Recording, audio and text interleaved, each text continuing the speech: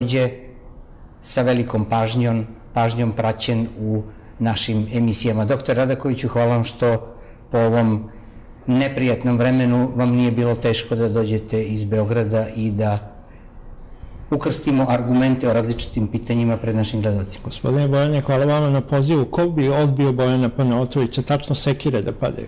Hvala vam. Da vrlo mi je drago što sam došao, uvijek mi je drago kada dođemo u Novi Sad, a posebno u vašu emisiju. Čast je naša. Poštovani gledalci, podsjećam vas, Milovan Balaban, doktor Milovan Radaković, spremni, voljni i radi da odgovore na sva vaša ugodna i neugodna pitanja. Režija će redakcijski broj telefona ispisati i vi ćete vidjeti taj broj na vašim ekranima nešto pre 22 časa. Gospodo, kad god se pripremimo i dogovorimo oko pitanja za emisiju, uvek nešto na Balkanu iskrsne što demantuje našu volju da stvari unapred planiramo, pa je tako bilo i ovoga puta. Doktore Radakoviću, vi ste o tome pisali, o ovome o čemu ću ja postaviti pitanje, između ostalog u ovoj knjizi Nastanak države, misija na Balkanu.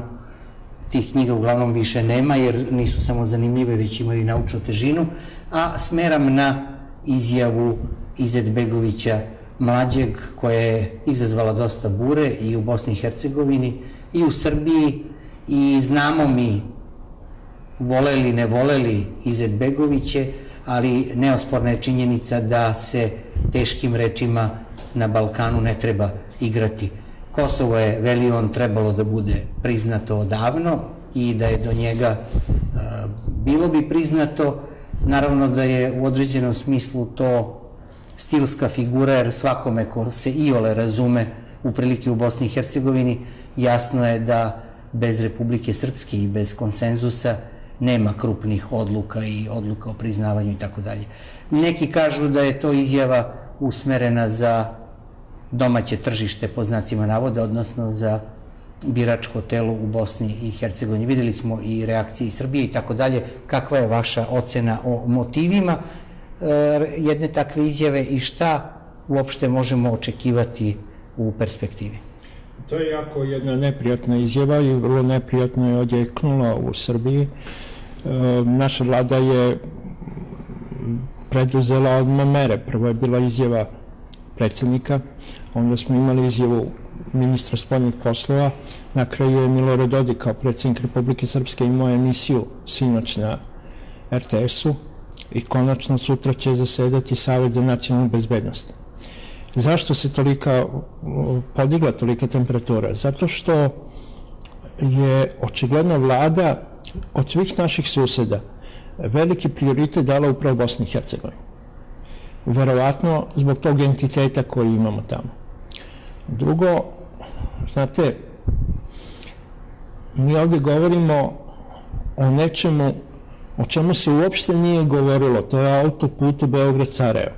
Trasiramo taj autoput, da li će da ide preko Tuzle, da li će da ide preko Užica.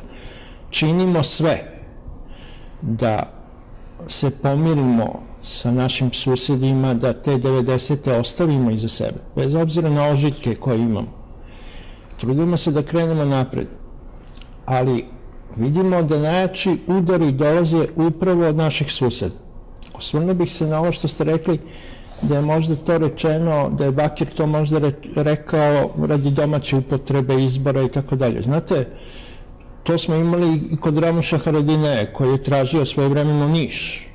Nije tražio, nego je rekao da Albanija može da ide i do Niša, pa smo onda mi ovdje tumačili kako je to za domaću javnost, kako je predizborna kampanja i tako dalje. Pustite vi to. Ne vi kao vi, nego uopšte tu filozofiju. Znate, sad treba ovdje u Srbiji da se pojavi neki političar koji će da kaže, na primer, Virovitica je Srbija. Ili da kaže Drač je srpska luka. I onda, kad se podigne haos, onda da kažemo, znate, on je to rekao zato što je u predizbornoj kampanji. Ako vodite predizbornu kampanju, nemojte da je vodite preko teritorije Srbije. I nemojte da vam je Srbija stalno ustima. Znate, mislim da smo mi spremni da pružimo ruku svima, ali ta ruka ne može dugo da stoji u vazduhu. I mislim da je za sve narode na Balkanu bolje da između sebe gradimo mostove i autoputeve nego da stalno budemo u rovovima, u vojničkim uniformama i čizmama. Taj novac dajte da upotrebimo za izgradnju puteva, za podizanje standarda, bit će bolje i muslimanima, i Srbima, i Hrvatima, i Albancima. Svima će nam biti bolje ako se okrenemo ekonomiji. Kao da bi neko Srbiju stalno hteo da drži u rovu vojničkom. I to je jedna jako neprijatna situacija. Svideo mi se način na koji se predsjednik obratio javnosti. Uopšte nije bio euforičan, bio je vrlo ozbiljan, vrlo je realno sagledao tu situaciju i rekao je šta o tome misli. Znači, ponašao se državnički. Ova izjava je vrlo, vrlo neprijatna, ali sam siguran da će Srbija znati da odgovori na tu izjavu. Kako sagledavate jučerašnje teze gospodina Dodiga o tome da je Bosna nemoguća država i da je Republika Srpska tu ne zato što voli, nego što mora i sve ono što već znamo, ali je juče podcrtano i naglašeno? Može da se kaže da je to bila jedna izjava koja ima osnova, ali s obzirom da je data juče posle izjave Bakira Izetbegovića, može da se kaže da je malo bila i emotivna. Ja sam razgovarao sa jednim muslimanom iz Bosne i Hercegovine, pa smo se malo dotakli tih političkih pitanja, pa sam ja rekao, znate, ja imam utisak da biste vi priznali Kosovo kad biste to mogli. I on je rekao, znate šta vi očekujete? Političari iz Republike Srpske stalno govore kako je Bosna nemoguća država, kako će da se pripoji Srbiji i tako dalje. Mi, kaže, sa priznavanjem Kosova bi samo vratili to što vi stalno, odnosno srpski političari iz Republike Srpske stalno spočitavaju. Stalno govorim i u ovim emisijama da Srbija treba da sačeka istorijski trenutak i da ne treba stalno da se počitava nešto što će budućnost da markira kao realno. Nema potrebe da stalno govorimo kako je Bosna nemoguća država, kako će Republika Srpska da se pripoji Srbiji i tako dalje. Pustimo to. To možemo da držimo u našoj podsvesti i možemo eventualno da odgovorimo upravo na ovakve stavove Bakira Izetbegovića. Zato što takvim izjavama i nesvesno podstičemo upravo političare iz Sarajeva da se ovako odrede. Mi treba da čuvamo Republiku Srpsku. Ako mi dozvolite, samo bih još jedan minut uzeo od ove emisije. Pre izvesnog vremena 2 vojna aviona su proletela, Hrvatska, su proletela prostor Republike Srpske. I to su proletela u niskom letu. Znate, kada prelećete vojnim avionima gradske četvrti, vi izazivate i nesvesnu paniku. Sad pazite, Republika Srpska prema nekim redukcijama Dejtonskog sporazuma nema pravo na svoju vojsku, ali narod, pošto je bio u ratu, verovatno da ima neko oružje. Zamislite da neko pripuca na te avione. To su avioni NATO pakta sa hrvatskim oznakama. Čas posle može NATO pakt da interveniše i da sruši Republiku Srpsku. A to provocira Hrvatska. Te provokacije dolaze iz Hrvatske. Sad tu ima jedna začkoljica. Banja Luka može da kaže mi ne dozvoljavamo hrvatskim vojnim avionima da preleću Republiku Srpsku. A Sarajevo može da kaže mi dozvoljavamo da hrvatski vojni avioni idu preko Bosne i Hercegovine. Treba da se čuvamo tih malih provokacija koje su usmerene prema Republici Srpskoj. Da ne izazovemo NATO. Nego da Republika Srpska bude faktor mira, a da političari iz Republike Srpske malo se suzdrže od nekih javnih izjava koje znaju i ptice na grani. Ako znaju i ptice na grani neke stvari, ne morate stalno to da govorite. Znači, ja sam večeras u vašem studiju, napolju je pala noć, čemu sada da kažem kolegi napolju je noć, pa to je evidentno. Znači, sačekajmo malo i nemojmo da izazivamo inače nervozu koja je jako velika na Balkanu. Pravo da vam kažem, čim je Srbija malo ekonomski počela da se podiže, evo opet neka nervoza, opet neko, pre neki dan je jedan političar rekao kao da neko smatra da Srbija nije dovoljno stradala, nego treba da strada ponovo. Znači, treba da se čuvamo provokacija i da ih ne izazivamo. Zahvaljujem dr. Radakoviću na sadržajnom i inspirativnom uvodu. Gospodine Balaban, čuli ste moje pitanje i uvodni komentar dr. Radakovića, izvolite. Da. Pa, dobrim delom bi se složio što je gospodin Radaković govorio, s tim što ću pokušati još iz nekoliko uglova da sagledam čitav problem. Dakle, izjava Bakira Izetbegovića, on sadrži više elemenata. Jedan je da Bosna i Hercegovina će priznati Kosovo, pa on posle to ispravio, da se on nada da će doći do toga, što je ispalo u stvari, na kraju se prikazalo i manifestovalo kao njegova želja.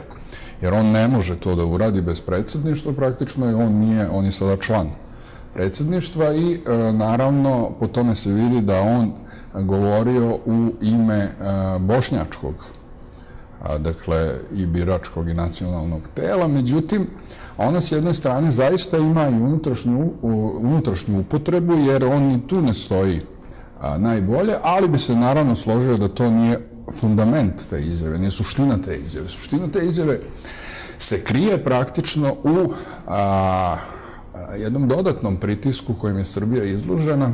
Možemo da poređamo nekoliko stvari koje su se dogodile u posljednjih 1-2 nedelje, 3. Prva je i ona najsnažnija, posle koje su krenule neke stvari, dakle, poseta Bryanta Hoyta.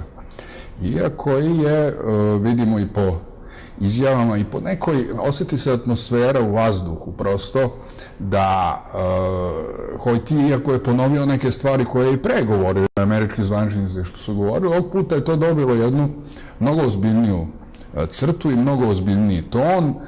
Njegova izjava da ne možemo da sedimo na dve stolice, da moramo ići u Evropsku uniju, što govori opet i o nekom suverenitetu, dozi suvereniteta Evropske unije, o tom potom možemo pričati. Dakle, jedna jasna izjava, jedna snažna izjava, možemo je tako da ne upotrebljavamo grublje reči.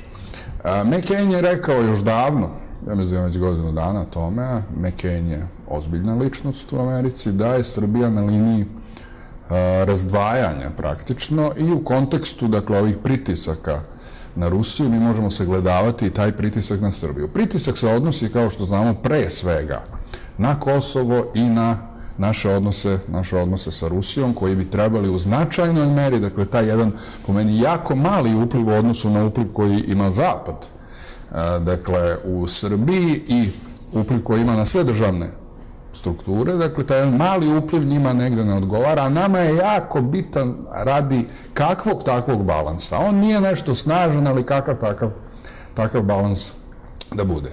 Ima još tu nekoliko stvari. Pre nekoliko je Sulejman Ugljanin, dakle, izašao sa izjavama, on je reaktivirao neku vrstu sandžačke autonomije koju je zagovarao 90. godina, za divno čudo dok je bio u vlasti nije zagovarao, sad je opet počeo to da zagovara, da je on rekao praktično da država Srbija treba da izađe sa Sandžaka sa svojim policijskim snagama, bezbednosnim snagama, pravosudnim i tako dalje, što mu dođe malte ne da treba od Sandžaka da se stvori neka vrsta države u državi.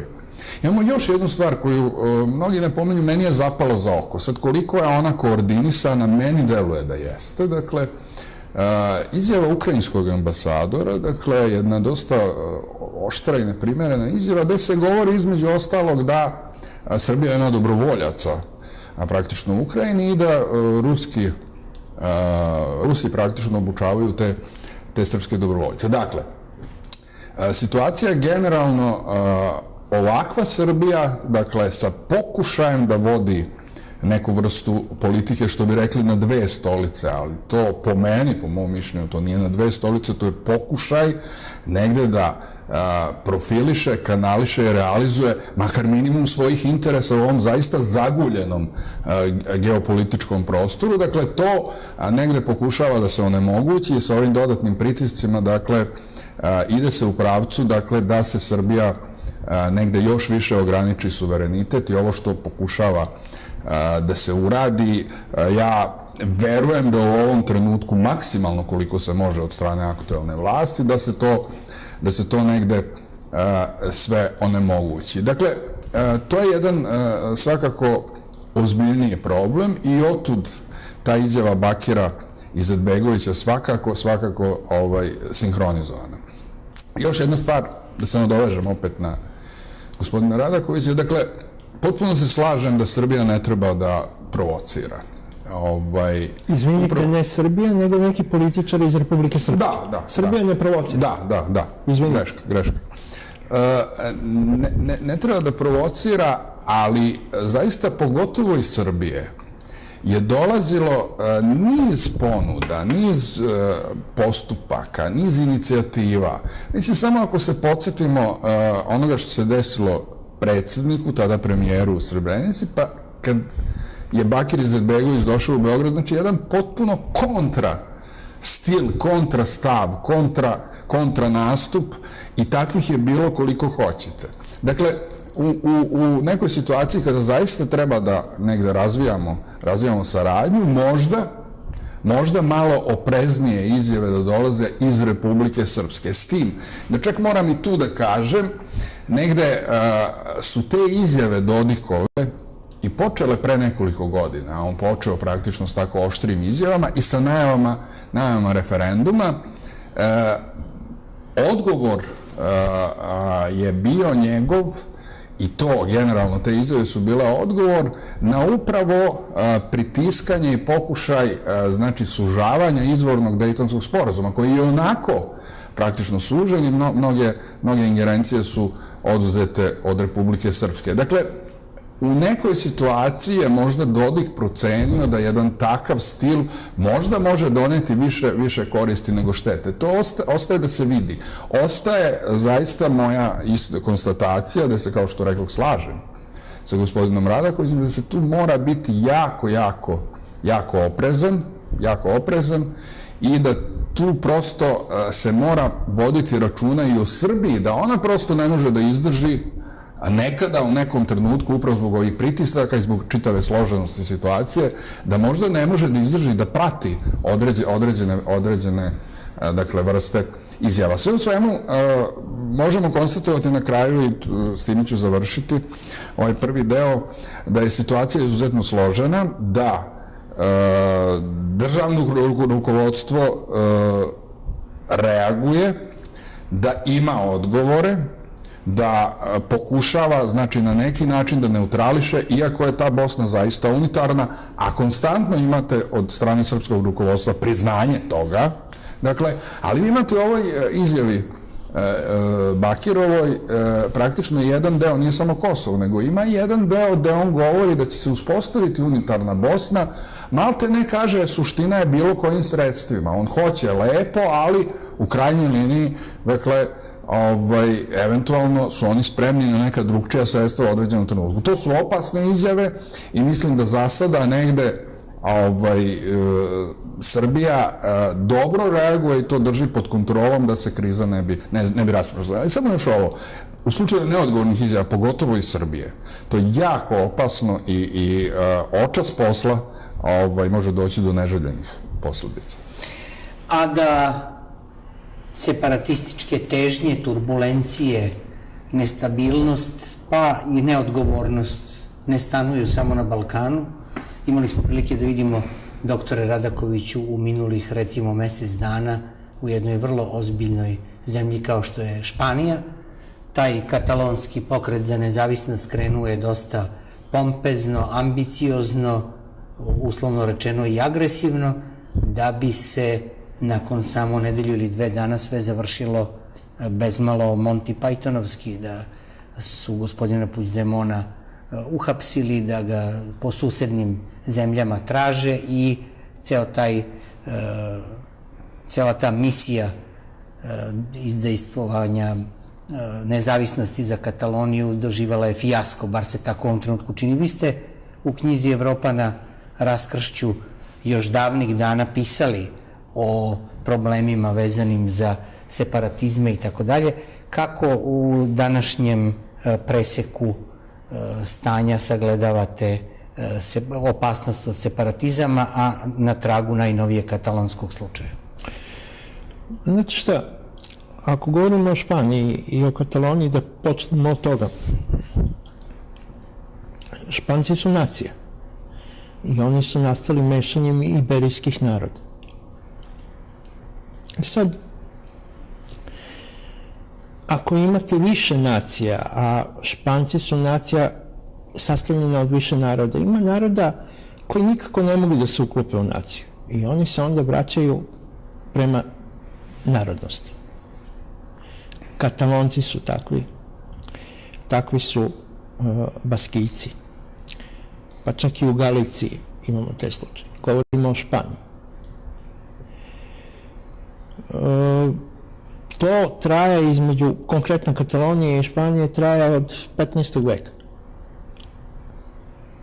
Na razne načine, te ne da im se jezik, te ne da im se ovo, ali znate, ima jedna lestvica koje određeni narodi ne mogu da preskoče i ne mogu da prerastu u naciju, nego uvek ostaju narod.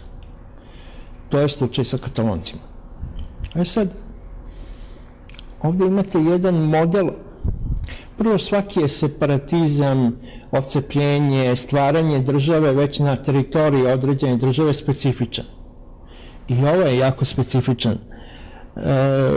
Ovde nije bilo upotrebe sile osim ulaska policije na neka biračka mesta, guranja, one mase, ali ako je neko očekivao da će sada Španija da bombarduje Kataloniju, da uđe sa nekom vojskom i tako dalje, neće. Ali su oni to rešili ustavom.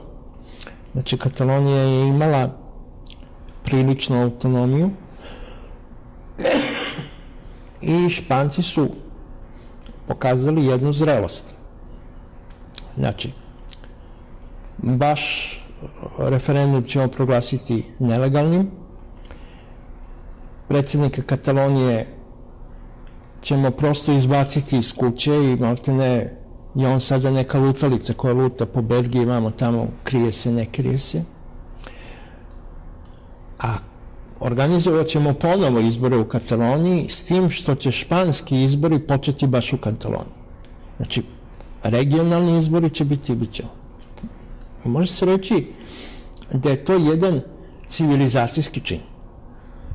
Španija je reagovala na takav način. Velika Britanija je pre izvesnog vremena reagovala potpuno drugačije. Ona je potpuno pustila referendum u Škotskoj i rekla, ako hoćete da se raspadne Velika Britanija, nek se raspadne, nek Škotska bude posebna država. Bez problema.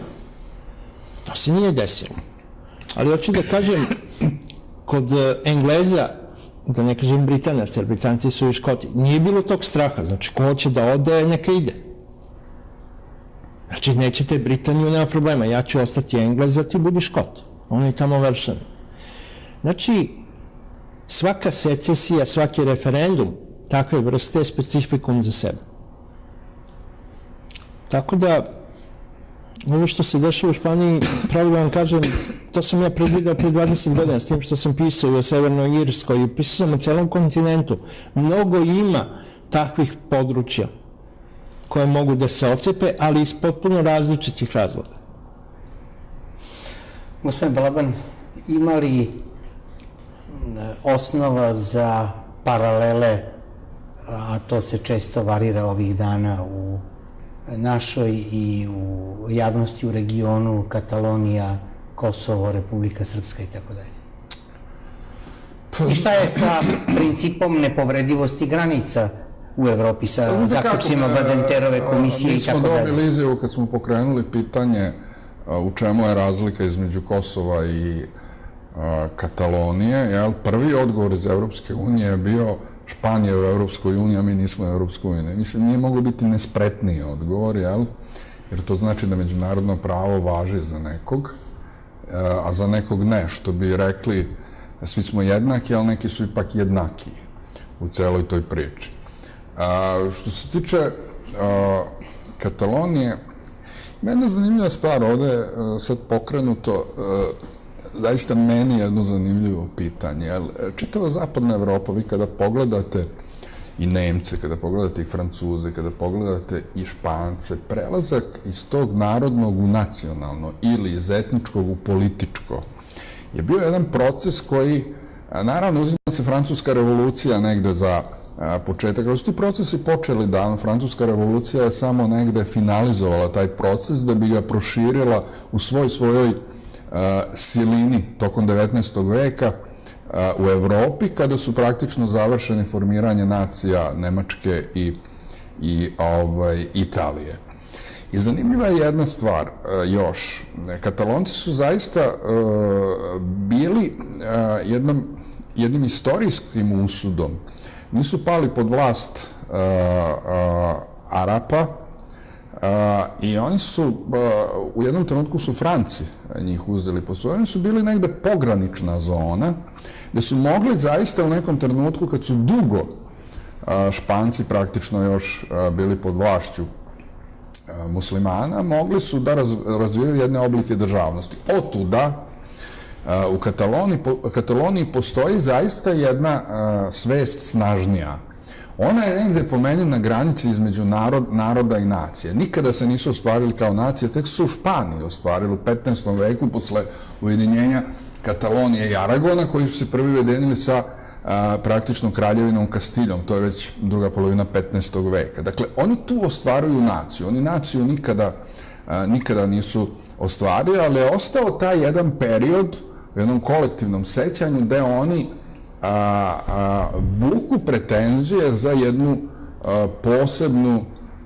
poseban identitet i jedan poseban status i u jednom nacionalnom pitanju. Dakle, to je Katalonija specifična. I sad odgovor na ovo vaše pitanje.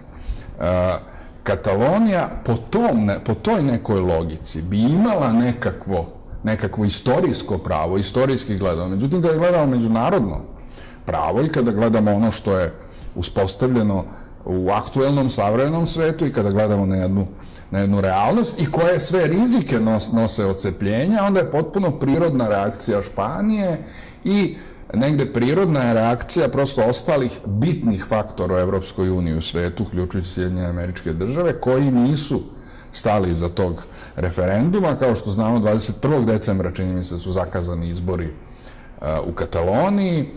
Vođe su, njih 10 je pohapšeno.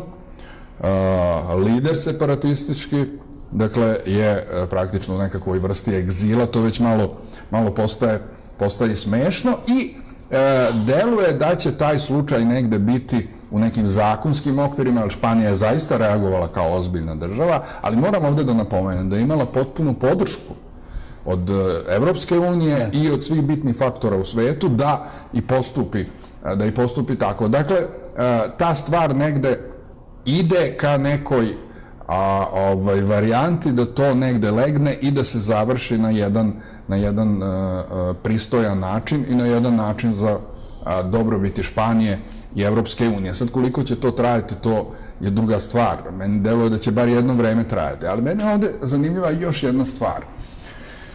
Negde se pokreće pitanje, Španija, ako se ne varam, ima 17 pokrajina, Italija ih ima još više, imate raznih neuralgičnih tačaka u čitavoj Evropi i meni ovo jako deluje da je Evropa ranjiva. Mislim da ovaj slučaj Katalonije jako govori o ranjivosti Evropske unije. Mnogo više nego pre. Znate, bio je slučaj, od 2010. se negde aktualizovalo pitanje Katalonije i mi smo konstantno raspravljali o tome. Međutim, ovaj referendum i ovaj izlazak i istrčavanje, agresivno pokušavanje, jer pazite koliko je izašlo, 43% ako se ne varam, na referendum i od toga je 90% glasalo. Znači imate 57% koji uopšte nisu izašli. I na osnovu toga vi proglašavate nezavisno. Šta hoću da kažem? Deluje mi da ipak u nekim krugovima je moguće da takve snage imaju podršku, odnosno latentnu podršku, ne u zvaničnim krugovima. Ti krugovi nisu toliko jaki, ali one stoje kao neka vrsta pretnje. Otuda Brian Hoyti može da dođe u Srbiju i da kaže vi treba da idete u Evropsku uniju. A Evropa ćuti i tek posle izvesnog vremena, kada su mnogi reagovali, kaže pa Brian Hoy ti vodi politiku Evropske unije, onda se Evropska unija oglasila i rekla je pa ne može američki predstavnik da vodi politiku Evropske unije.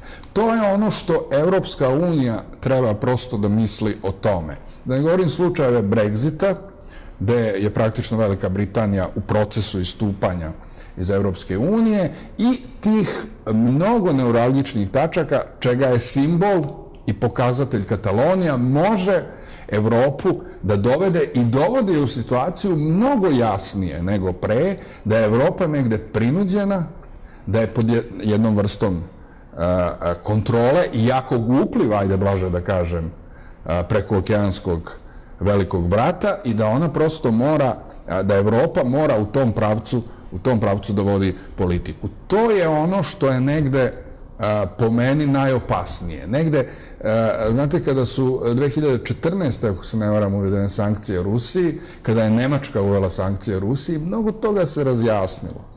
Tad se videlo koliko je jedna moćna Nemačka nezavisna. Kada ona u najmanju ruku trećina gasa, njena privreda se zasniva na trećini gasa koji dolazi iz Rusije, ona je prosto morala da uvede sankcije Rusiji. Mislim da slučaj Katalonije pokazuje taj jedan širi kontekst odnosa moći između prekookeanske Amerike i Evropske unije. Što negde, s jedne strane, nije dobro kada vidimo, po meni, jedan jak upliv Amerike, mnogo jači nego što se čini, a s druge strane, negde je možda dobro da shvatimo prosto situaciju, da shvatimo u kakvom svetu živimo i da shvatimo ko tu u krajnjoj liniji vuče odlučujuće konce.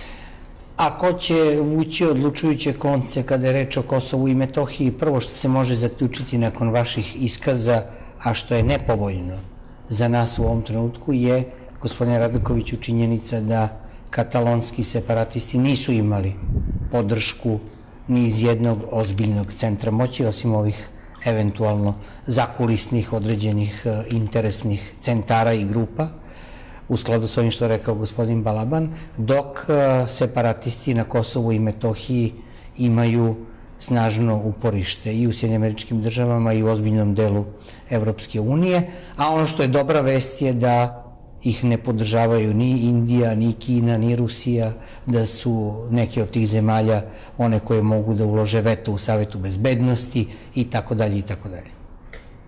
Reći o potpuno različitim slučajevima koji mogu u nekim elementima da liče jedan na drugi. Znači, Katalonija je jedna priča, Kosovo je sasvim druga. Prvo, Katalonci su mnogo bliži Špancima nego što su Albanci Srbima.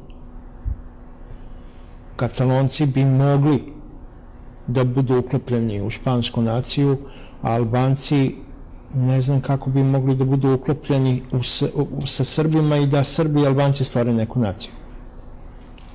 To je jedna stvar. Druga stvar, na Kosovu nismo imali referendum. Na Kosovu smo imali jednu međunarodnu otimačinu. Prvo, na Kosovu je narušen princip nepovredivosti granica. To je krenulo još od raspada Jugoslavije. Pa smo imali intervenciju NATO pakta, iako u osnivačkim ugovorima NATO pakta piše da NATO neće intervenisati protiv trećih država ukoliko oni ne napadnu neku zemlju NATO-a. Bilo koju. Niti je Srbija napala neku zemlju NATO-a, niti je Kosovo napalo, niti su Albanci napali neku zemlju NATO-a. Albanci su iskoristili urušavanje jedne države koja je trajala 70 godina i koja se zvala Jugoslavija i na prostoru srpske države stvorili neku svoju državu, neki svoj entitet. I Srbiji nije dozvoljeno da interveniše. Znači, nije bilo referenduma, nije bilo ničega... Je dozvoljeno da primeni ustav. Upravo to. Upravo to. Što je Španiji dozvoljeno. Što je Španiji dozvoljeno. Znači, NATO se umešao u unutrašnji međuetnički problem neke države koja nije ugrožavala ni jednu članicu NATO-a, bombardovao je određeni prostor. Čak jednog trenutka bila priča da će sa vojskom da uđe ne samo na Kosovo, nego na celu teritoriju Srbije. I tu formirao vojnu bazu, Bonstil. Dakle, razlika između Katalonije i Kosova je velika. Ali ovde hoću da kažem jednu stvar. Idealne granice ne postoje. I to što u nekim državama imamo pripadnike i drugog naroda nije karakteristika samo Srbije, nego svih država. Tako da uopšte nije to problem. Kosovo je oteto, a faktički je to urađeno zato što je Srbija u nekim glavama proglašena kao glavni uzročnik ovoga što se dešavalo u Jugoslaviji, koju treba poraziti, a poraženu državu uvek kažnjavate, uglavnom teritorijama. Koliko ja znam, Srbija nije ratovala na prostoru Jugoslavije, a dobrovoljci iz Srbije, koji su poreklom iz Hrvatske, iz Bosne, jesu išli u taj rat, ali to su bili dobrovoljci. Jugoslovenska armija se povlačila. Znači, Srbija nije imala aktivnu ulogu u rasparčavanju Jugoslavije. A pogotovo ne agresivnu. A pogotovo ne agresivnu, a kažnjena je za agresivnu. Pa znate, ako sam ja vojnik JNA nekadašnje i u kasarni sam i sad treba da izađem iz te kasarne i da se povučem na neki prostor gde se još poštuje Jugoslovenska narodna armija, a neko krene da puca, pa naravno da ću da uzvratim, ali Jugoslovenska narodna armija je uzvraćala u povlačenju, ona nije napadala. I drugo, da se mi razumemo, onaj ko najviše je doneo cementa i cigli da se napravi jedna kuća, pa krenete da je rušite, onda to koji je najviše doneo cementa i cigli najviše boli. Tačno to. Srbija je najviše dala za tu Jugoslaviju. Stvorila je. I valjda niko ne očekuje da mirno posmatra kako neko ruši tu državu. Da se razumemo, ima i naše krivice, mi nismo uspeli, tadašnje rukovodstvo Srbije nije uspelo da se dogovori sa drugim rukovodstvima, ali i ta druga rukovodstva nisu htjela da se dogovori sa srpskim rukovodstvom. Znači, krivicu imamo svi, a najviše je stradala Srbija. I još je kažnjena oduzimanjem Kosova. Znači, ja ovo ne govorim kao građanin Srbije, pokušavam da budem neki, šta znam, analitičar, neko ko je pratio, neko ko je živeo u Srbiji sve vreme. Ne znam koje će međunarodno pravo da objasni bombardovanje gradova kao što su Novi Sad, kao što su Beograd, kao što su Niš. Od neke vojne organizacije koju Srbija, pa i čitav taj prostor Jugoslavije, ni na koji način ne ugrožava. A u osnivačkim aktima te organizacije piše kako ona neće intervenisati ako neko ne napadne zemlje NATO pakta. Pa čekajte, koliko je tu dokumenta prekršeno? Prvo, Helšinska povelja koja kaže da su granice posle Drugog svjetskog rata nepovredive. Prvo ta. Pa onda osnivački akti NATO pakta. Pa onda te republičke granice za koje Josip Broz rekao da su samo formalne, da nisu etničke. Govorim o jugoslovenskim republikama. Administrativne. Tako je. Tako, da. Evo, gospodin Balaban zna, jer je istoričar, može bolje da se izrazi od mene. Pa čekajte, ako ne možemo da sačuvamo Jugoslaviju, onda Srbija mora da gleda da sačuva taj svoj narod. Ni to, a nije aktivno učestvovala. Znači, učestvovali su dobrovoljci. Znači, ja sam poreklom Srbin iz Hrvatske, rođen sam u Novom Sadu, u Hrvatskoj je haos, ja idem da branim svoju dedovinu. U čemu je tu problem? Kakve to veze ima sa Novim Sadom i sa Srbijom? Ja se dobrovoljno prijavljujem i idem. Novi Sad je bombardovan. Zbog čega? Zbog čega su srušeni mostovi u Novom Sadu? Zbog čega je bombardovan Beograd? Zbog čega su stradala deca u Nišu od onih bombi kasetnih koje su zabranjene po međunarodnom pravu? To sam zaboravio i to je zabranjeno. Da ne govorimo o granatama koje su nosile u sebi ozračeni uranijum. Pa sad imamo jednu Srbiju koja je bila dole na dnu lestvice građana obolih od raka, sad smo u vrhu. Kako to? Odjedanput se desilo. Znate, u glavi mi je jedna misao, genocid. Da vi jedan narod toliko maltretirate, a taj narod je uvek bio na strani pobednika. Uvek. I uvek izašao kao pobednik. Znate, meni neke stvari nisu jasne. Zaista nisu i stalno razmišljam o tome zašto nas tako sankcionišu, mislim. U čemu smo mi tako pogrešili? Ovo je s jednim reklamnim blokom, ali pre toga, gospodin Balaban, gde smo pogrešili? Ima jedna zanimljiva stvar, potpuno tačno. Srbi su najviše uložili u Jugoslaviju, zaista. Srbi su smatrali da ona rešenje njihovog nacionalnog pitanja, ali i da je rešenje i hrvatskog i slovenačkog nacionalnog pitanja, što ona, da je došlo do nekakvog dogovora, bi bila. Srbi su, naravno, najviše ih je zabolelo prosto jedan konstrukt koji su oni napravili, najviše ih je zabolilo rušenje toga. Još pogotovo ako vidimo istoriju i Kraljevine i Brozove Jugoslavije, da vidimo zaista proces osamostaljivanja drugih naroda. Posle Drugog svjetskog rata tu dolaze praktično i nove nacije, jel?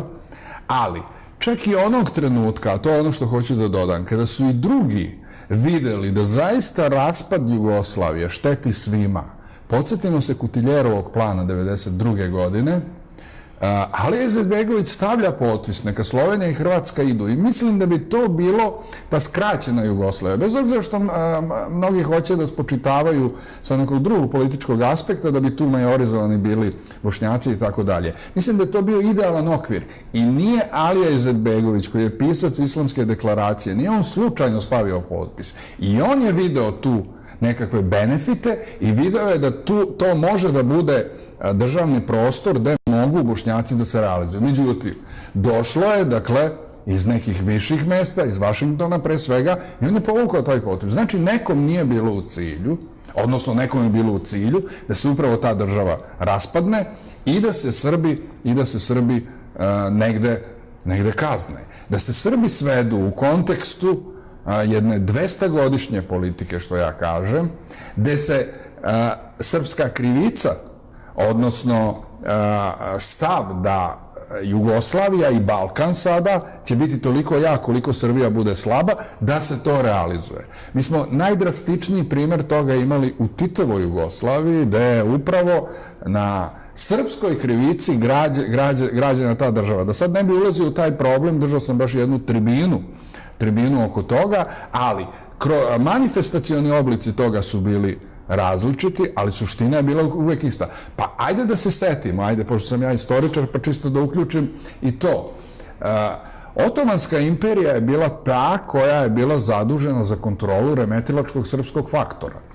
Britanci u drugoj polovini 19. veka procenjuju da Otomanska imperija nema snagu za to i prvi put počinju da igraju na Austro-Ugarsku, dozvoljavaju 1978. godine okupaciju Bosne i Hercegovine. 1908. godine je Bosna i Hercegovina anektirana. To se znalo odmah da će biti anektirana. Samo što nije moglo odmah da se realizuje. I vidite, vi imate tako jednu moćnu imperiju koja na prostoru tada pogotovo je bilo skoro 50 ili oko 50% oni koji su se izjašnjavali kao Srbi.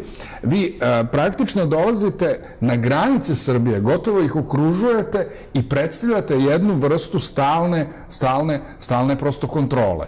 I u svemu tome, kada to sve saberemo, a dodao bi još jednu stvar jako bitnu, da bi Kosovo bilo jedinstven slučaj, a to ono što ga negde isto tako oni pokušavaju da objasne, da ga razlikuje, Srbi su morali da budu proglašeni za genocid. Ako vi nekog proglasite, nije zvanično, sreća ovih 5-6 britanskih rezolucija, 6, mislim da nije prošlo zbog ruskog veta nedavno, a pazite, Srbi bi bili jedini narod u Evropi i u svetu koji bi zvanično bili proglašeni za genocidan narod. Dakle, te rezolucije nisu prošle, ali da bi vi nekom uzeli teritoriju, da bi rekli da je to jedinstven slučaj, vi morate da kažete ovako, uprostit ću, taj neko nije sposoban i nema intelektualni, ljudski i psihološki kapacitet da upravlja tim delom teritorije i tim narodom koji čini nacionalnu i etničku zajednicu koja je u manjini u toj državi. Dakle,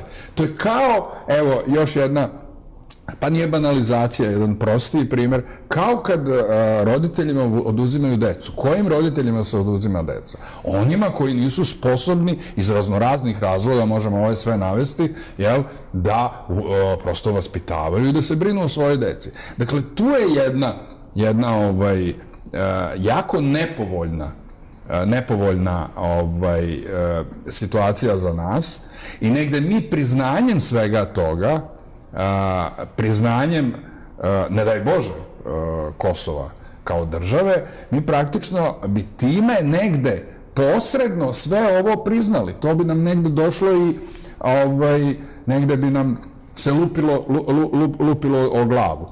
Ima još jedna stvar, time ću završiti, uz konstataciju da negde zaista smatram uz možda neke nedostatke, ali smatram da dijalog o Kosovu, pogotovo kad dobije institucionalne forme, je negde potreban. U krajnjoj liniji, ako ne bude, a ja verujem da neće biti jedinstvenog stava nacija, bilo bi dobro da ga bude, ali neće ga biti, ali bar da vidimo prosto gde smo, šta smo, ko kakve stavove zastupa i da vidimo koliko imamo snage, koliko imamo snage da se odupremo. To što se tiče Kosova, samo bi još ovo dodao i time ću završiti. Dakle, bošnjački faktor ima jedna jako slična situacija. Oni su izgradili, a to im je pomogla svetska propaganda, pazite, to počinje od odbijanja, dakle, Alije Izetbegovića na nagovor Vašingtona da odbije Kutiljerov plan, oni su proglašeni kroz konstrukciju navodnog genocida u Srebrenici, da se ne spominju genocidi, što imaju mnogo više elemenata u okolini Srebrenice, dakle u Bratuncu, sve one grozote što uradio Naser Orić, dakle, oni su proglašeni kao te žrtve. Njima se ulilo u mozak prosto da su oni žrtve, a samim tim, znate, ako ste vi žrtva, ako ste vi oštećeni, vi potrebujete neka prava, to je jedan prirodan proces, i pravni i psihološki. Vi potrebujete neka prava i vi to negujete kroz generacije, dakle, u muslimanskoj i bošnjačkoj zajednici, i oni sad prosto izlaze sa nekim stavovima koji kažu pa mi smo žrtve, vi ste agresori. Znači imate jedan apsolutno dualan, podvojen pristup. Srbi su krivi za sve, vi ste apsolutno ispravni. I sad vi kada 20-30 godina jednom delu naroda prosto to ulivate u mozak, on prosto proizvodi ovakve stavove. Kratak predak za marketing, pa se vraćamo u studio, postavljamo još jedno pitanje uvaženim gostima, a onda uključujemo i vas, uvažene gledalce.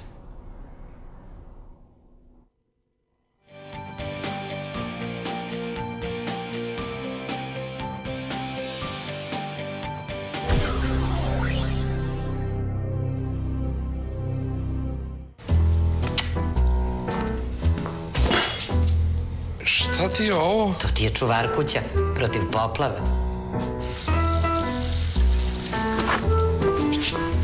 Šta ti je to, Žiko? To je, ženo, čuvar kuće koji menja sve tvoje čuvar kuće. Ako ne veruješ meni, pozovi prijatelja i pitaj. Dunav osiguranje.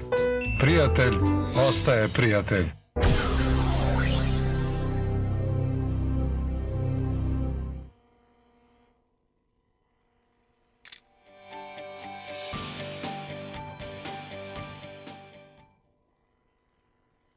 Emisija Suočavanje, Novosadska televizija, dr. Milovan Radaković sa moje desne strane, istoričar Milovan Balaban sa moje leve strane, a poštovane i cenjene gledaoce emisije Suočavanje molimo za još malo strpljenja, jer ćemo ih za nekih 6-7 minuta pozvati da nam se priključe, čujemo već da je interesovanje veliko.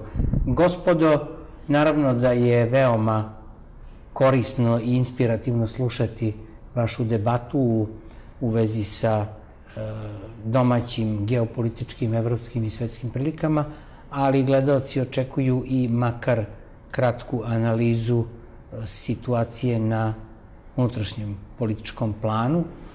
Imamo jednu dilemu u domaćoj javnosti, da li će sa beogradskim izborima koji će svakako uslediti, paralelno s njima biti raspisani i vanredni parlamentarni izbori i kako vidite odnos snaga na političkoj pozornici Srbije dr. Radakoviću i kako će se eventualni rasplet, verovatno na proleće, na izborne utakmice, odraziti i na našu spoljnu politiku, ekonomsku politiku, stabilnost i tako dalje. Pa, da li će biti parlamentarnih izbora, zaista ne mogu da procenim, zato što će se ta odluka donositi u vrlo uskom krugu ljudi, a mislim da će to da preseče najodgovorniji čovek u Srpskoj naprednoj stranci. Znači, Srpska napredna stranka će analizirati, prikupljati informacije i mišljenje javnog mnijenja, onda će to proslediti užem krugu u Srpskoj naprednoj stranci i onda će se doneti odluka. Niko ne raspisuje izbore da bi ih izgubio. Znači, to je što se tiče parlamentarnih izbora. Što se tiče gradskih izbora u Beogradu, faktički mi još ne znamo kandidate. Spominje se Đilas, gospodin Dragan Đilas, da će biti kandidat opozicije, ali to niti je potvrđeno, niti je eksplicitno rečeno. Što se tiče gospodina Siniše Malog, gospodin Vučić je rekao da njega neće kandidovati, znači mi ne znamo ko je kandidat. Tako da ne mogu da dam procenu, ali mogu nešto da kažem kao građanin Beograda, kao neko ko živi u Beogradu. Moram da kažem da mi prija jedna situacija, bez obzira što će sad mnogi iz opozicije da mi zamere što ovo kažem. Prvo, u Beogradu se radi jedan trg Slavija, to je centralni trg u Beogradu. I jedne subote sam u 3 sata posle podne po nekoj omorini došlo mi da izađem napolje, meni se to dešava tako. I prolazio sam Slavijom. U 3 sata posle podne, subotom, bilo je 50-60 radnika na gradilištu. Znate, ovoj vladi se može mnogo šta zameriti, ali što se toga tiče, što se ovih gradilišta u Beogradu tiče, sve je transparentno, sve se odvija pred vašim očima. Znači, sve vidite. Drugo, verujem da su mnogi naši gledalci bili u Beogradu, da su prošli Slavijom. Ta Slavija je izgledala, znate, kao krezuba baba. Pošto je tu bilo bombardovanja, onda imate neke male uđerice, pa imate prazan prostor, pa opet neku uđericu na 2 sprata, pa prazan prostor. Pa je na tom skveru bila bista Dimitrija Tucovića, ispod biste grob. I kada dođete na tu Slaviju, to je bio neka mešavina nečega socrealističkog, balkanskog, pa onda još ćevape tu stave, prodavnicu ćevape i tako dalje. I zaista je centralni trg u Beogradu delovao prilično zapušteno. To je sada jedno potpuno drugo mesto. Ali ono što prija, to je što su gradski oci u Beogradu ispoštovali civilizacijski kod. Znači, niko nije bistu Dimitrija Tucovića bacio na neki otpad gvožđa. Taj grob, odnosno zemlji ostaci su odneseni u Aleju Velikana. A bista će biti pomerena u park koji je na 150 metara od tog skvera, a na skveru je napravljena prelepa fontana, to je moj stav, prelepa fontana. I mislim da ne trebamo da budemo zlonamerni, ne moramo da volimo Vučića, ali fontana je fantastična. Leti, kada sam prolazio, uvek taj skver obezbeđuje grupa policajaca, to je logično. Oni su imali neke bele uniforme s kratkim rukavima, stekao sam utisak kao da sam u nekom gradu na Mediteranu. Sad tu ima preterivanja. neko iz gradske vlasti kaže da Slavija sad liči na neki trg u Rimu, u Madridu i tako, to je preterano. Ali je on sad potpuno drugačiji, mnogo lepši i približio se tim nekim gradovima na Mediteranu gde mu je i mesto. Ovaj park koji se sada gradi, večito su tu bile neke prodavnice, neki čestitki ili neke garderobe, nešto, kao neka vrsta bubljaka. On je sada očišćen, zapanjuje koliko je on veliki. Tu se otvorio prostor. I to će svakako biti jedan od lepših trgova u Evropi. Zaista. To ne govorim kao Beograđanin, kao građanin Srbije, nego to je tako. Tako da, kada govorimo o tim izborima i tako dalje, moramo nekako pobediti sebe. Znači, ne moramo voliti Vučića, ne moramo voliti tu vladu, ali kapa dole za neke stvari koje 50 godina nisu pokrenute u Beogradu. On ih završava. A to da neko kritikujemo možemo svakog. Ali nešto što je dobro urađeno. Nemojmo sad zato da pravimo haos jer je to urađeno za vreme Vučića. Nego recimo to je dobro urađeno. Pobedimo samog sebe. A ako mi dozvolite još samo jednu observaciju. Da bi opozicija pobedila Vučića, prvo treba da znaju da nemaju puno vremena. Jer Vučić počinje sada da povećava plate, radi neke projekte koje su do juče izgledale kao san.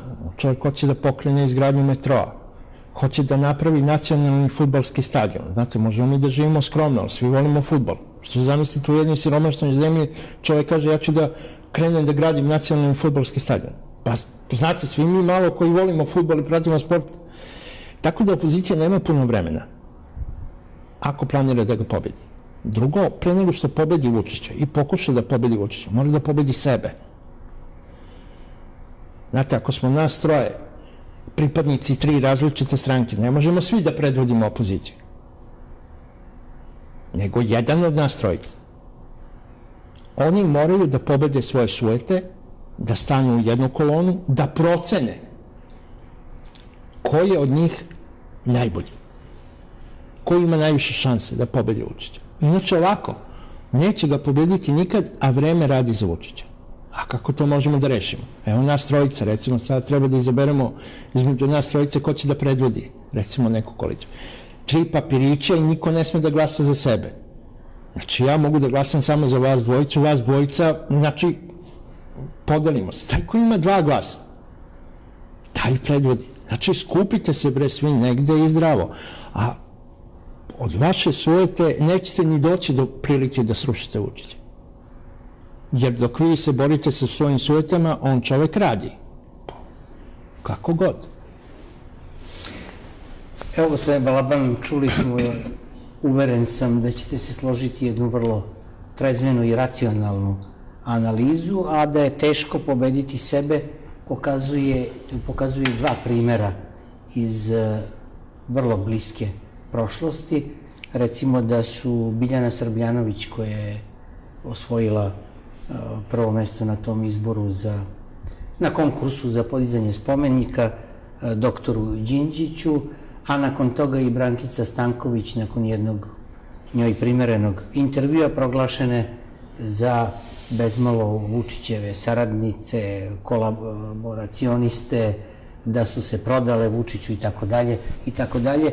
Tako da je recimo i sama Brankica Stanković rekla da je šokirana stepenom netolerantnosti, ostrašćenih komentara, uvreda i svega ostalog na društvenim mrežama. Valjda je se očekivalo da spali Vučića na tom intervjuu ili da ga na licu mesta likvidira, da izvrši atentat, onda bi možda bila dobra za jedan deo opozicionog spektra. Ili da ga negde potpuno negde u političkom smislu razvali, što, gledajte, ajde da uzmemo ovako, Vučić, što kaže gospodin Radaković, možemo voliti, ne voliti. Tako je. Ali Vučić je 25 godina na političkoj sceni Srbije. Jednog takvog čoveka, bilo ko da je 25 godina na političkoj sceni Srbije, i to uvek u vrhu. Bio je 99. 2000. godine i ministar. Znate, takvog čovjeka nije lako pobediti duelu. Ja moram da, sad sam baš pred dolazak u emisiju pročitao jedan tweet, ne znam čak ni ko je napisao, ali mi je jako zanimljiv bio. Zaista rizikujući da budem pristrasan, ću reći taj tweet, suština parafraziram. Kaže, opozicioni lideri, a s obzirom koliko je razbijena opozicija i koliko mi vidimo zaista bleda izdanja, što nije dobro za Srbiju, bleda izdanja. Kaže tweet ovako, kaže, opozicioni lideri treba da odu u crkvu i da pale sveću i da blagodare Bogu što Vučić neće da izlazi na debate sa njima. Mislim, hoće da kaže da kad bi izašao na debate sa njima, da to što oni predstavljaju da bi oni tu nešto dobili, da bi generalno samo to izgubili. Što se tiče izbora, eventualno parlamentarnih i beogradskih, koji će sigurno biti, mi dakle imamo sednicu glavnog odbora i predsjedništva stranke, gde ja ne bih rekao da, naravno, Vučić sam odlučuje, ali između različitih mišljenja, različitih struja, što je neminovno jedan tako glomazan organizam kao što je Srpska napredna stranka da ima, on svakako je taj koji na kraju lomi, koji odlučuje da li će se ići, da li se neće ići, i to je prosto prirodno, neko mora da lomi. Šta će on odlučiti, vidjet ćemo, ali ako se setimo, ja bih podsjetio, 2012. godine Srpska napredna stranka preuzela vlast zajedno sa Socijalističkom partijom Srbije i tada Dinkića. Posle 4 godine, čak 5 godina, jer je bila, Demokratska stranka je bila i u vladi sa Vojislavom Koštunicom 2007-2008, a pre toga je bila 2000-2004, treća, četvrta godina. Dakle, pauza je bila 4 godine. Samo, dakle, posle jednog ozbiljnog perioda, skoro 12 godina jedne paradigme, mi smo dobili sada nešto što ima kontinuitet sa tom vlašću, ali ima i određenih značajnih novina. Šta hoću da kažem? Pokrajinski izbori su tada bili po jednom sistemu da se pola, mi ovde u pokrajini to najbolje znamo, da se pola, 60 poslanika biralo po većinskom izbornom sistemu, a 60 po proporcionalnom, i to je omogućilo negde Demokratskoj stranci da sa 23-4% osvoji 59 od 120 mandata u pokrajinskoj skupštini. Pošto je bilo evidentno da se volja biračka promenila i da vlast u pokrajini ima legitimitet, ima legalitet, ali nema legitimitet, nije se ništa preduzimalo da se raspišu ti izbori. Ajde tada da kažemo 2012. možda ima nekakvog osnova. Od 2014. godine, kada se Demokratska stranka posle promene Tadića, dolaska Đilasa, pa izlaska Tadića, stvaranja socijaldemokratske stranke, dakle, kada se Demokratska stranka podelila i posle zaista ogromne pobede Srpske napredne stranke i jedva prelaska cenzusa ta dva krila, i SDS-a i Demokratske stranke, 5 i nešto posto su imali. Dakle, to je bilo očigledno da je volja birača bila promenjena. Apsolutno, drastično promenjena. Ne malo, nego drastično. Ali gledajte, pokrajinsko rukovodstvo nije uopšte pomišljao do 2016. godine. Čak je valjda poslednji dan, poslednji sat, poslednji minut raspisalo izbore.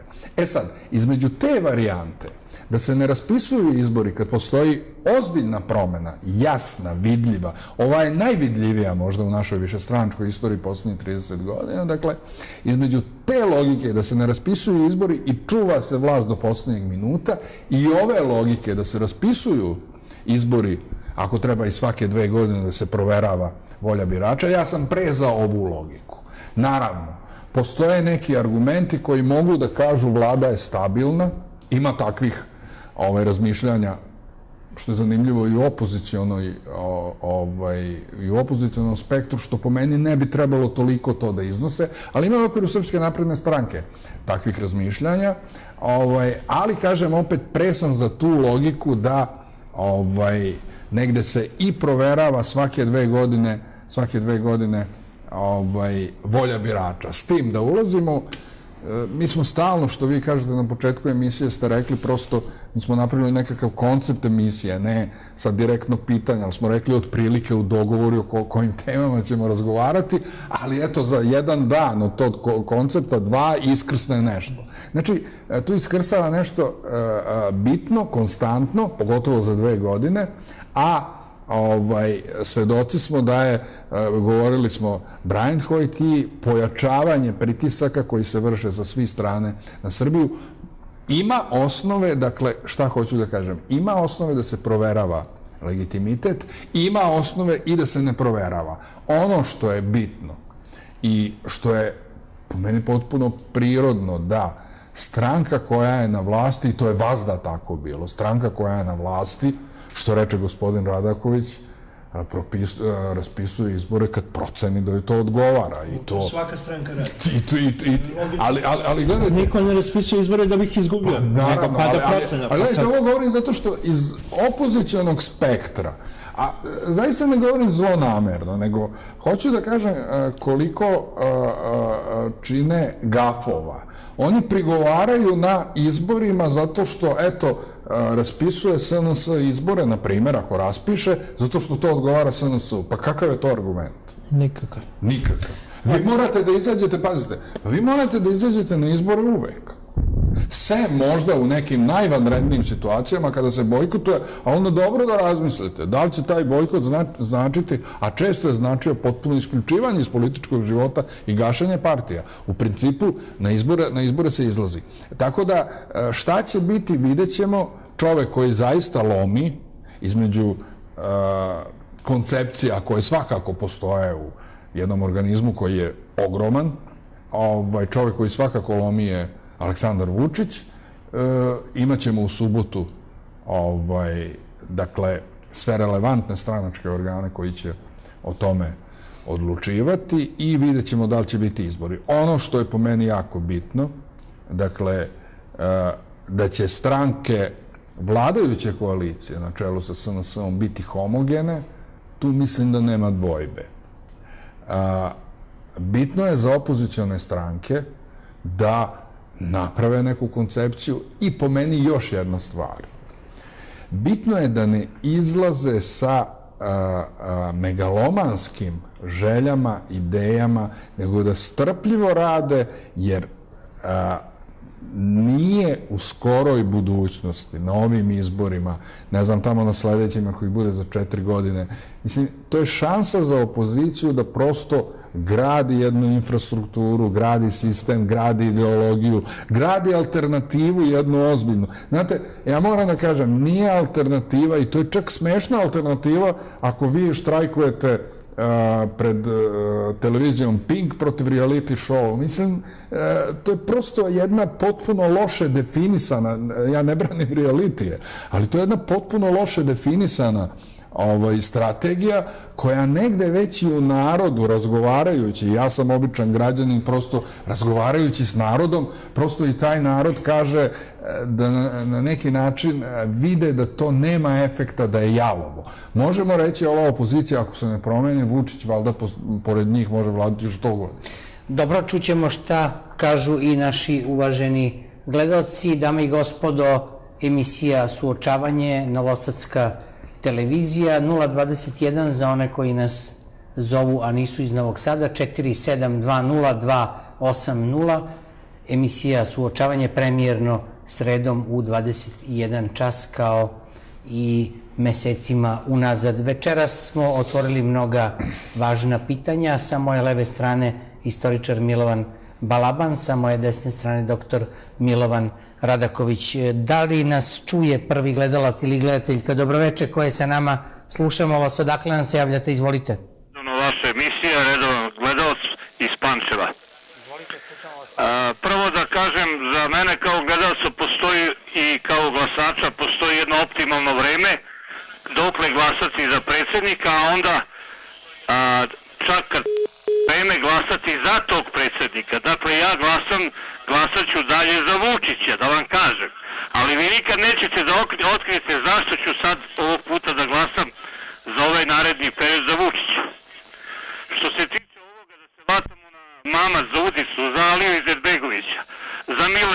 jebi ga, za ove sa Kosova.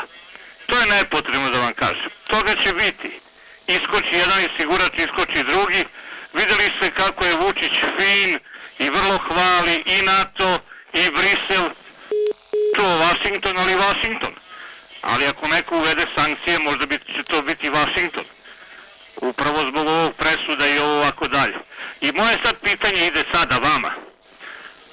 Šta mislite, koliko će ovakvih emisija da prođe i koliko će te međunarodne snage biti na Kosovu, biti u Bosni naravno, jer tamo je već, to je tihi rat. Bosna ne postoji, to znate, vi sad možda filozofirate. Možete pitanje, već imamo nastojanje gledalaca da se uključe. Koliko će biti međunarodne snage Bosne, Srbije i tako dalje, Kosova? Dobro, zahvaljujem poštovanom gledalcu iz Pančeva. Gospodo, molim vas za ekspresne odgovore, jer sledeći gledalac... Ja se izvinjam, nisam baš najbolje čuo ovo. Koliko očekujemo da će međunarodne snage biti na Kosovu u Bosni? Pa, teško je dati prognozu, ali znam da bi Srbiji u ovom trenutku odgovaralo da međunarodne snage budu na Kosovu, posebno međunarodne snage Ujedinjenih nacija. Nama to odgovara. Što se Bosne tiče, mogu da ostanu i tamo, ali pre svega Srbija i građani Republike Srpske moraju da čuvaju tu Republiku Srpsku. Gospodin Balaban, samo da uključimo onog gledalca pa dobijate reč, naravno. Dobro večer, odakle nam se javljate, slušamo vas, izvolite. Se iz toga. Ja bih se vratio, pozdravljam naravno vas i vaše uvažene goste, vratio bih se u Kataloniji. Hteo bih samo da ukažem vašim gostima da nisu rekli zbog čega se to baš sad desilo, 1. oktobra, ta pokušaj te nezavisnosti. A desio se zbog toga što je španska vlada suspendovala statut i ograničila autonomiju Kataloniji, pa je to prosto bio odgovor na to. Ja naravno ne kažem da sam ja za tu nezavisnost, ali samo da znamo kako je do toga došlo.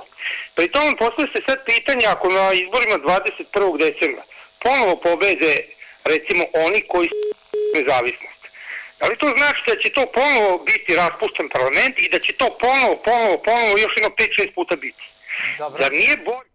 Zahvaljujemo gledalci iz Futoga, razumeli smo suštinu vašeg pitanja, samo da ne smetnemo suma da je pobeda bila takva pri čemu ukupna izlaznost nije imala 50%. Dakle, većina je bila za nezavisnost Katalonije, ali nedovoljan broj birača, ako se poštuju neki demokratski standardi, je bio na biralištu. Ja ću prepustiti gospodinu Radakoviću ovo da odgovori, ali samo jedno da kažem. 2010. koliko ja znam, suspendovane su nadležnosti koje po statutu Katalonije su po proceni Ustavnog suda Španije kršile taj ustav. Kao ovo što se desilo nama sa Vojvodinom. Otud, jer ta autonomija Katalonije ide od 1978. od skidanja Franka praktično, ona je tad nije ni postojala uopšte, tako da su oni u tom jednom međusobnom nadigravanju u jednom trenutku je došlo do stvaranja jednog pravnog okvira gde su određene pravne osnove autonomije Katalonije, ali je procenjeno, ja mislim sa najviših ustavnih i zakonodavnih institucija u Španiji, da su oni prosto prekršili to. Dobro, novi gledalac na vezi, pa ćemo gospodinu Radakoviću naravno prepustiti reč. Dobro večer, odakle nam se javljate, slušamo vas, izvolite. Dobro večer, želimo Radislav Đogić iz Kule. Halo? Drago nam je da nas pratite u Kuli, izvolite. Jedno pitanje, glasamo za Aleksandra Vučića i Srpsku naprednu stranku. Zanima me samo mišljenje vaših gostiju, ujedno ih i pozdravljam i vas i vaše goste, zanima me da prokomentarišu ako je moguće, pošto gospodin predsjednik se zalaže za mir sa Bošnjacima u regionu i uopšte sve što je izuzetno i podržavamo, ali me zanima kako je zakon donesen u Skupštini Srbije da ko negira genocid, ako ne grešim, ko negira genocid, sledi kazna u Srebrenici i tako dalje, do 5 godina, a zanima zato što što po nekim tačkama optužnica u Hagu i generalu Mladiću i tako dalje jeste, po nekim tačkama i Karadžiću gospodinu, za genocid ostalo nije, ali me zanima kako je moguće da se to donese tako u Srbiji. I još, ako je moguće, postavim pitanje, na primer, svi drugi se svuda oslobađaju, a kod nas, evo, prilikom pre jedno 7-8 meseci donešena je presuda u Beogradu, 2 Srbina, ništa konkretno. Dobro. Razumeli smo suštinu vašeg pitanja, a ne principijelnost Haškog tribunala i tako dalje. Gospodine Radakoviću, izvolite. Ja nisam čuo za ovo ko negira genocid u Srebrenici da će dobiti 5 godina zatvora. Ja za to ne znam. Ja isto to prvi put čujem, ali možda je na tragu onoga kada je Skupština uz podršku vodećih ljudi DS-a bila pritisnuta da donese rezoluciju, Skupština Srbije, 2009. mislim da je bilo u pitanju, da donese rezoluciju o tome da je izvršen genocid u Srebrenici, a onda je Skupština donela, razblažila to i donela neku vrstu rezolucije da se spominje i taj genocid, ali se navodni genocid, ali se onda spominje i da negde osuđuju se svi zločini koji su učinjeni na prostorima bivše Jugoslavije, bilo koji narod da je to učinio. Možda gledalac misli na to, to je jedino i gledajte, tu nije eksplicitno rečeno ipak da je to bio genocid. Znači, ja isto ne znam da postoji negde, pogotovo da će neko odgovarati 5 godina ako negira da je učinjen genocid. Pa svedoci smo da u javnosti niko ne potvrđuje taj genocid, sve možda na najlevlijem krilu, aj tako da kažem, opozicionog sektora. I samo da pričamo u gledalce, gospodine Radakoviću, pa vam prepuštam reč. Dobro večer, koje sa nama slušamo vas, izvolite, odakle nam se javljate? Dobro večer. Evo ovako, Španija je ozbiljna zemlja, vi to znate, ne zato što je velika, nego zato što ima vladu koja vodi računa o interesima zemlje. Sve to Srbija nije. Srbija je okupirana, Srbija nema podršku Zapada jer ih je dovodio vlast Zapad. Razumno nije, korisno nije. Moje pitanje glasi, da li neko dobija pare, s obzirom da Srbija ima problem Raške, juga Srbije, Kosmeta, Kosova i Metohije i tako dalje. Ko u Srbiji dobija pare? Ili, druga varijanta, ko je ucenjen, da li je vlast ucenjena? Dobro, razumeli smo suštinu vašeg pitanja. Izvolite, gospodine Radakoviću. Pa Srbiji se dešava nešto što se retko koji državi dešava. Recimo, ajde da pođemo od ovoga.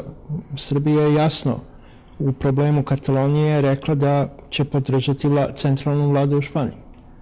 I to je jasno zašto. Upravo zbog Raške, zbog Vojvodine i tako dalje. Ali, ovdje u Novom Sadu, na zgradi jedne stranke se pored stranačke zastave pojavila zastava Katalonije. Ta informacija je došla, ali niko nije reagovao. Znate, ozbiljna država bi reagovala, pa bi pozvala članove te stranke i rekla, jel vi to provocirate državu? Dakle, zvanična Srbija kaže da će podržati centralno, pojedinačno, svako od nas može da ima simpatije za Kataloniju, može da ode u Kataloniju, u Barcelonu. To je pojedinačno, ali zvanično, ako vi na zgradi svoje stranke stavite zastavu Katalonije, vi provocirate centralnu vlast u državi. Prvo to. Drugo... Izvinjam se, završite. Biću vrlo kratak.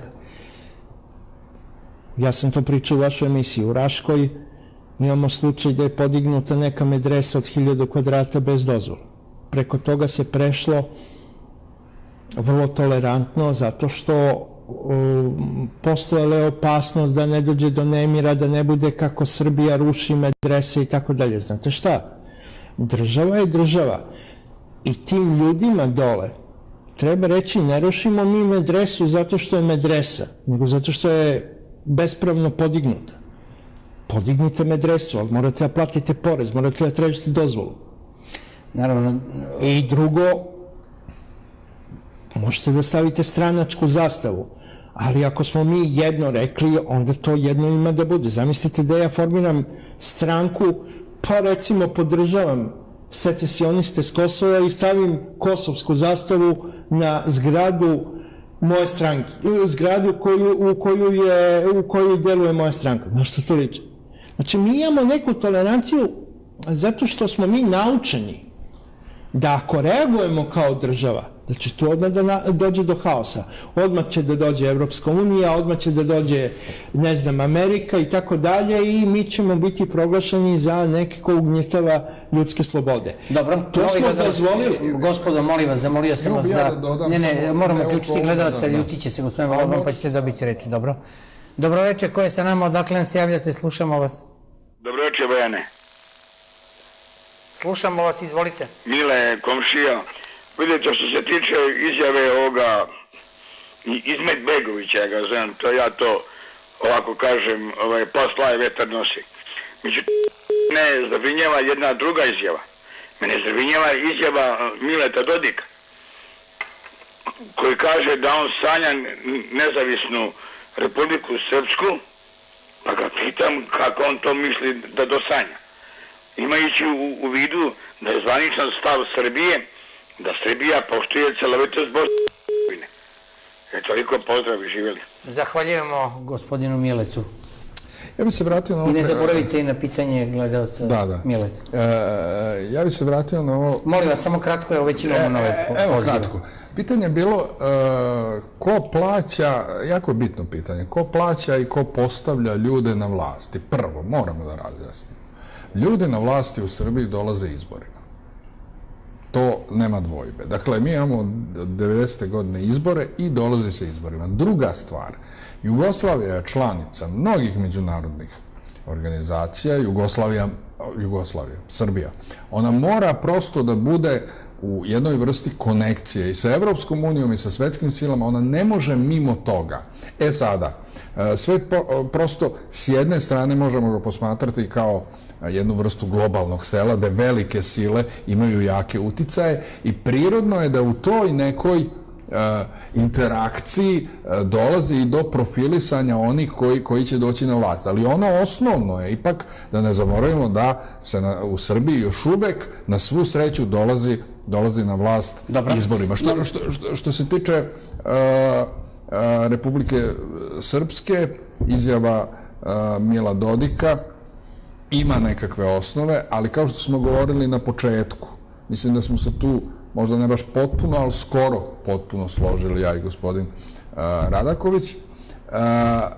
Mile Dodik na agresiju da postane unitarna Bosna, dakle da se ignorišu elementi suštinski i srž Dejtonskog sporazuma, procenjuje po meni često, uz rizik jedan, procenjuje da mora tako da reaguje, znači, dakle, jednom, možda čak i utuh na utuh, što nosi određeni rizik, ali da to negde može da pacifikuje i da situaciju dovede u normalno stanje. Koliko je on u pravu, vidjet ćemo. Pokazali su neki postupci da je bio u pravu. Za dugoročno ćemo vidjeti. Dobro večer, odakle nam se javljate, slušamo vas pažnjom, izvolite.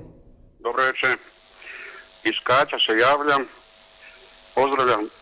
pozdravljam i vas i goste. Vas bi posebno pozdravio, ali ovaj put dozvolite mi na jednom izrazu i kao mudrog voditelja. Ja vas slušam 3-4 godine dok se raduju na TV Mostu, za razliku od Đukanovića koji je toliko pristrasan, toliko, da ne pričam o njemu nego o vama, ali mudri ste što se ne vidi na vama jeste li pripadati jednoj stranci, s drugoj nije važno. Ali na gospodinu Balabanu, toliko vrsnom stručnjaku, analitičaru, tolika pristrasnost. Ja član glavnog odbora i šta kad mi ćemo sutra, za 2 dana mi ćemo znati, mi ćemo rešiti, mi ćemo. On je toliko u ime Vučića govori da je to sablasno. Toliko. Pa ne znam, prosto ja ću prokomentarisati, odgovaram lično... Saglasno je za horor filmove, ipak je ovo bila lepa emisija. Odgovaram za lično sagledavam situaciju, ona može nekad biti na neki način na uštre, odnosno priklonjena više Srpskoj naprednoj stranci, ali ja prosto ne brinem o tome, pokušavam da sagledam na realan način da li ono više odgovara Vučiću ili nekom drugom, to prosto da, apsolutno ne. Dobro večer, ko je sa nama, slušamo vas pažnjom, izvolite. Ja sam hteo da jedno pitanje postavim. Odakle nam se javljate? Iz Sremske Kamenice. Slušamo vas pažnjom. Priča se o svemu, mislim i o radu, ne znam, viška radnika i to. Ja bih postavio pitanje zašto Jugoalat ne radi kad može da radi, nego je zgrabio neko ko je i mašine i sve zgrabio i nema ni para ni mašina. Dobro. Zahvaljujem uvaženom gledalcu iz Sremske Kamenice. Gospodine Radakoviću, privatizacija je bila dosta traumatična tačka. Pa nije samo Jugoalat gledalac mera na niz propuštenih prilika u privatizaciji. I da vam kažem, bolne su promene. Promene su jako bolne, veliki broj ljudi je ostao bez posla.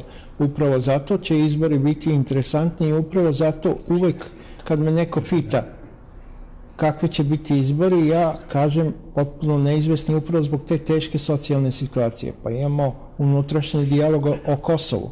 Ima tu puno stvari koje mogu da obore Vučića. Ima puno stvari, ali mi smo večeras u ovoj pitkoj emisiji govorili o nekim stvarima koje su dobre. Svakako je dobro da se završavaju neki poslovi koji se završavaju 50 godina. Teo sam da kažem da u svakom zlu ima nešto dobro. I inače, dozvolite mi samo 2 stvari. Prvo, ja večeras nisam primetio uopšte da je gospodin Balaban pristrasan, nego da je vrlo realan. I drago mi je da sam bio s njim u emisiji. A to u kojoj stranci, to je njegovo pravo, kao i moje. Ja mogu da budem u opoziciji u bilo kojoj stranci, mislim, ili da budem u SNS-u. Dobro, probili smo termin, gospodo, poslednji gledalac, nemamo više vremena. Dobro večer, kratko pitanje i završavamo emisiju u 22:30. Slušamo vas, odakle se javljate, izvolite. Švajcarska oblast. Slušamo vas. Pozdravljam učesnike večerašnjih programa, posebno pozdravljam gospodina Panavotovića koji je odabrao lepo ime za emisiju Sučeljavanja, ali gosti su pretvorili emisiju Sučeljavanje u najobičniju predizborni zbor. I to ne vodi ničemu. Ništa više. Hvala. Za početak, evo sad dok ste još tu, pogledajte šta piše iza mene, piše suočavanje, a ne sučeljavanje. Mislim da ima neko sučeljavanje na nekoj drugoj televiziji, a da biste vi imali pravi marketinški nastup, što ste želeli, najpre treba da naučite kako emisija nosi naslov i kako glasi, to je suočavanje, ne sučeljavanje, i da li ne vodi nikuda, to će proceniti menadžment televizije i auditorijum, a kako sam naopako radio pokazuje 20 godina koliko ću sledeće godine biti na malim ekranima, pa verovatno neko interesovanje za te 2 decenije postoji i verovatno sam goste kako tako solidno birao dok 20 godina ove emisije žive i funkcionišu.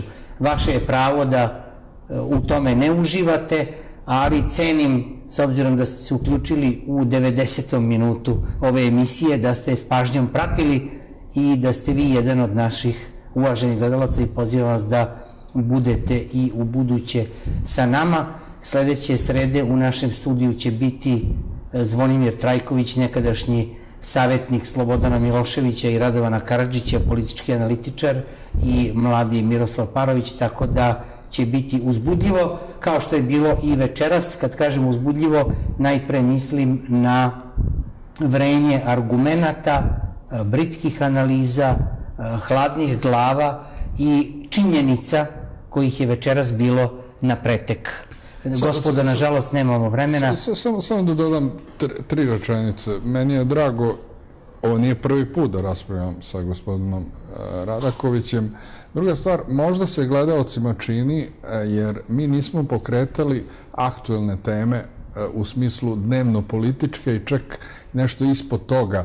Ovo je uradio, onda kritikujemo. Pokušali smo sa jednog aspekta, bar ja tako mislim, mnogo ozbiljnije gde sagledamo jedne realne procese koji su i procesi drugog trajanja i da damo neke odgovore na ta pitanja. Gospodin Radaković, molim vas, rečenice za kraj. Probili smo termin. I samo još jedno. Gospodin Balaban, 22 i 35. Još samo jedna rečenica. Ovo je rečeno, pa opšta je stvar, svi znaju da je u subotu sastanak glavnog odbora i predsjedništva stranke Srpske napredne stranke. Šta je to? Gospodin Radakoviću. Prvo da vam kažem, ja nisam član Srpske napredne stranke, ne učestvujem u nikakvom marketingu i tako dalje. Radim u jednom institutu društvenih nauka za vrlo malu platu. Institut jako loše stoji, tako da bih ja Vučiću mnogo što da zamerim. Ali ovaj gledalac je pokazao jednu vrstu ostrašćenosti.